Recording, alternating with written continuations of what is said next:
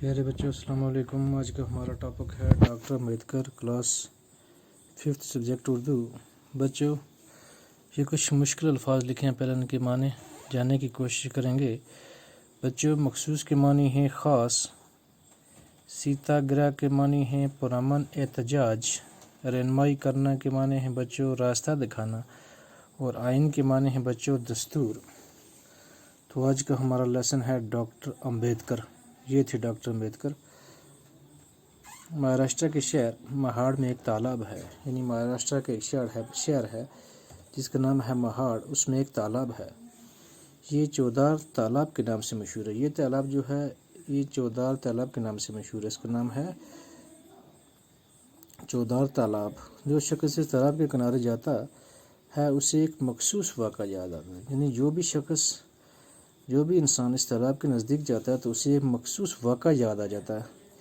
یہ واقعہ ہندوستانی تاریخ کا ایک اہم واقعہ ہے، یعنی یہ جو قصہ، یہ جو واقعہ ہے یہ ہندوستانی تاریخ کا بھی ایک اہم واقعہ ہے۔ اگر اس تالاب کی زبان ہوتی تو وہ 1927 کا یہ واقعہ ہمیں ضرور سناتا ہے۔ یعنی اگر اس تالاب کی زبان ہوتی تو یہ 1927 کا جو یہ واقعہ تھا یہ ہمیں اپنی زبانی خود سناتا۔ آئیے ہم اس واقعے کے بارے میں معلوم کریں۔ ایک روز صبح سویرے ہزاروں لوگ مہاڑ کے راستے سے گزر رہے تھے، یعنی مہاڑ جو مہاراشٹر کا ایک شہر تھا وہاں سے گزر رہے تھے۔ لوگوں کی تعداد اتنی زیادہ تھی کہ ان کی قطار چیونٹیوں کی قطار معلوم ہوتی تھی۔ یعنی ایک دن کیا ہوا، صبح سویرے لوگ جو مہاراشٹر کا جو شہر تھا مہاڑ اس کے راستے سے گزر رہے تھے تو لوگوں کی تعداد اتنی تعداد تھی جیسے چیونٹیوں کی قطار، یعنی چیونٹی کی قطار جیسے نظر آتی تھی۔ سب کے قدم ایک ساتھ اٹھتے تھے، ان سب لوگوں میں ایک جوش اور ولولہ تھا، یعنی ان سب لوگوں میں ایک جوش تھا، ایک ولولہ تھا۔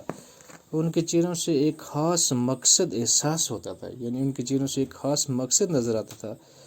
سب لوگ نعرے لگا رہے تھے، بابا صاحب امبیڈکر کی جے، یعنی تمام جو لوگ تھے وہ یہی نعرہ لگا رہے تھے کہ بابا جو ڈاکٹر امبیڈکر تھے، بابا صاحب امبیڈکر کی جے، مہاڑ کا سیتا گرہ زندہ باد۔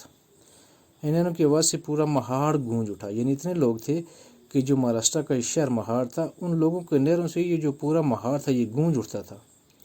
یہ لوگ کون تھے؟ یہ کون سا قلعہ فتح کرنے جا رہے تھے؟ یہ کہاں جا رہے تھے اور کیوں جا رہے تھے؟ یعنی کون لوگ تھے یہ، اور یہ کہاں جا رہے تھے؟ یہ کون سا قلعہ فتح کرنے جا رہے تھے اور کیوں جا رہے تھے؟